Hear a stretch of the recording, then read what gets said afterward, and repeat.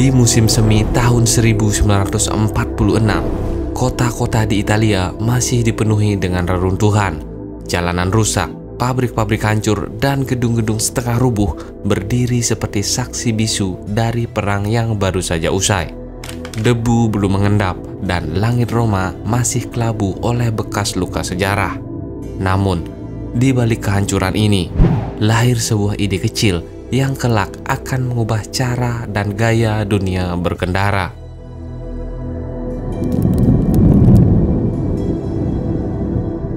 Ini adalah kisah lahirnya sebuah harapan. Dari puing-puing kehancuran Italia, lahir inovasi kecil yang membawa angin perubahan, tidak hanya dalam transportasi, tetapi juga gaya hidup. Dan inilah kisah dari Vespa.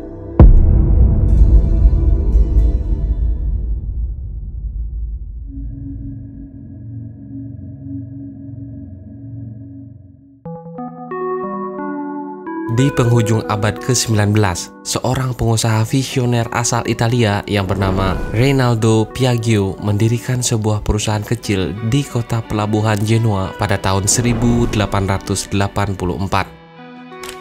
Fokus awal perusahaan ini adalah produksi perlengkapan kapal laut dan interior mewah untuk kereta api. Namun, kecerdasan Rinaldo Piaggio membuat perusahaan ini mampu berkembang begitu pesat. Memasuki abad ke-20, Piaggio menjadi salah satu pelopor dalam dunia penerbangan di Italia. Ia mulai memproduksi pesawat terbang, dan pada masa Perang Dunia Pertama dan Perang Dunia Kedua, perusahaan ini menjadi pemasok utama pesawat tempur untuk angkatan bersenjata Italia. Produk-produknya dikenal inovatif dan sangat handal, hingga menjadikan Rinaldo Piaggio sebagai nama besar dalam dunia penerbangan kala itu.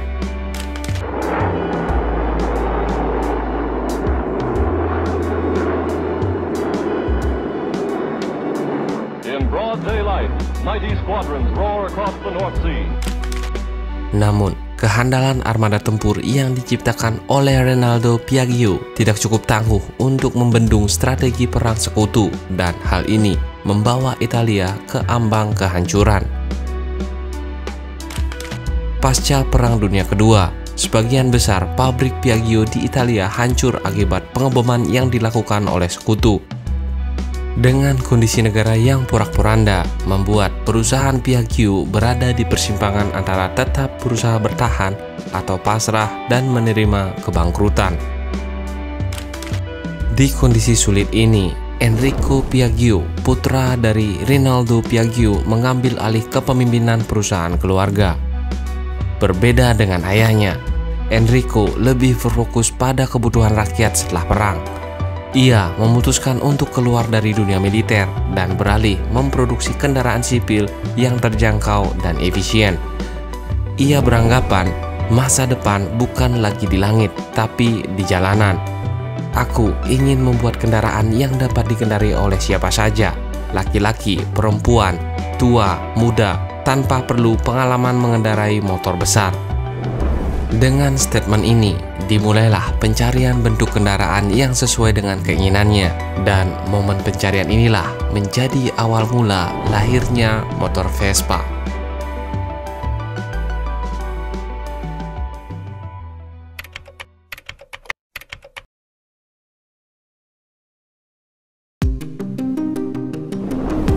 Untuk mewujudkan visinya, Enrico menggandeng Corradino Deascanio, seorang insinyur aeronautika ternama. Corradino memiliki latar belakang di dunia dirgantara yang sebelumnya pernah mendesain helikopter. Namun menariknya, ia justru sama sekali tidak menyukai sepeda motor. Menurutnya, kendaraan motor konvensional kala itu sangat kotor, sulit dikendarai, dan tidak nyaman bagi pengguna umum. Namun, dengan keresahan itulah, Corradino mencoba menciptakan desain yang sangat inovatif pada masanya. Ia merancang sebuah kendaraan roda 2 dengan rangka monokok lebih ringan dan kuat. Kemudian pijakan datar agar pengendara bisa duduk nyaman dengan pakaian formal. Roda kecil dan mudah diganti yang terinspirasi dari roda pesawat. Semua mesin tertutup untuk menghindari kontak langsung dengan kotoran, debu, oli, dan panas. serta suspensi seperti pesawat terbang yang memberikan kenyamanan meski melaju di jalanan rusak. Ketika prototipe tersebut selesai dikerjakan dan diperlihatkan untuk pertama kalinya, Enrico Piaggio langsung terkesima.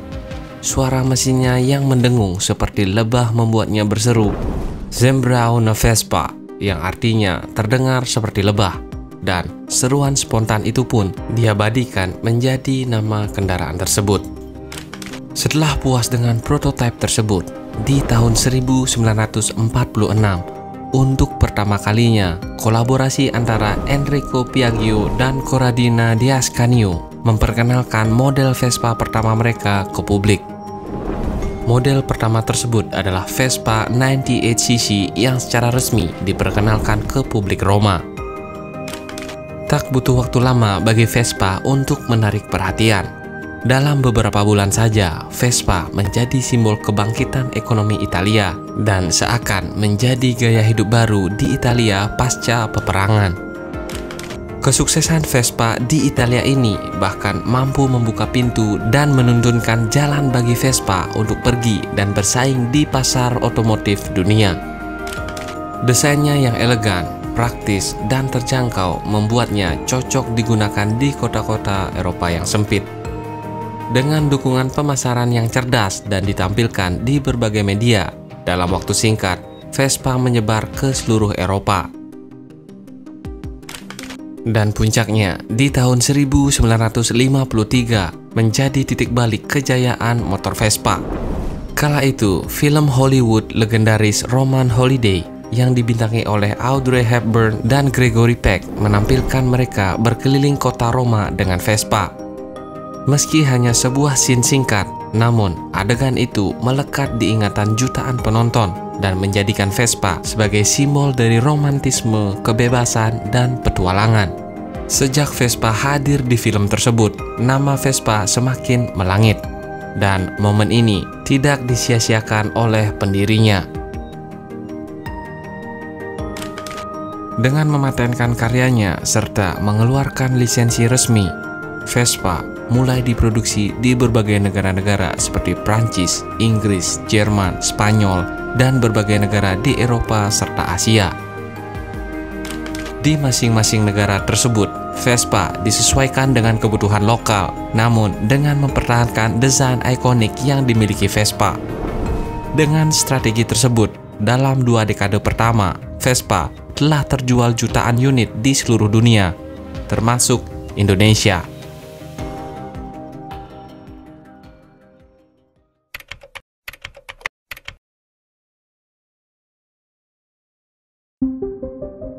Di Indonesia, Vespa mulai masuk sekitar akhir tahun 1950-an hingga awal 1960-an. Pada masa itu, kendaraan roda 2 masih langka dan tergolong mewah. Vespa menjadi kendaraan pilihan para pegawai negeri sipil, dokter, guru, hingga tokoh masyarakat. Kehandalannya melaju di jalanan yang belum beraspal sempurna membuat Vespa semakin dicintai. Pada masa Orde Baru, Vespa tetap populer. Banyak keluarga muda menggunakan Vespa sebagai kendaraan utamanya. Spare part mudah didapat dan mekanik Vespa tersebar di mana-mana. Bahkan karena ketahanannya, Vespa sering dijuluki sebagai motor sejuta umat. Di Indonesia, Vespa bukan sekedar kendaraan. Ia adalah simbol kesederhanaan, kreativitas, dan solidaritas. Setiap perjalanan Vespa adalah sebuah cerita. Hari ini, Vespa adalah kendaraan gaya hidup. Ia tak lagi sekedar alat transportasi, tapi simbol kelas, selera, dan keunikan. Di kota-kota besar seperti Milan, Paris, Tokyo, hingga Jakarta, Vespa meluncur anggun membawa pesan "Saya adalah berbeda". Sejak pertama kali diluncurkan pada tahun 1946 hingga hari ini, Vespa telah menjual puluhan juta unit di seluruh dunia. Dari Italia hingga Indonesia, dari jalanan Eropa yang klasik hingga gang sempit di pelosok Nusantara, Vespa tetap hadir dengan semangat yang sama, menghadirkan kebebasan, gaya, dan cerita di atas 2 roda. Berumur hampir sama dengan republik ini sejak pertama kali dilahirkan, Vespa masih melaju hingga hari ini. Bukan hanya di jalanan, tetapi juga di dalam hati para pencintanya. Ia bukan motor biasa, ia adalah simbol tentang bagaimana sebuah desain bisa menyentuh jiwa. Ketika dunia tenggelam dalam perang, sebuah harapan lahir dari reruntuhan. Bukan dari tank, bukan juga dari senjata, melainkan dari roda kecil yang berdesing seperti lebah. Ini bukan sekedar kisah tentang sebuah motor. Ini adalah kisah tentang gaya hidup, tentang kebebasan, dan tentang warisan yang abadi. Inilah cerita di balik Vespa. Sekian video kali ini, teruslah mencari makna, selalu bermakna untuk semua. Salam makna kita.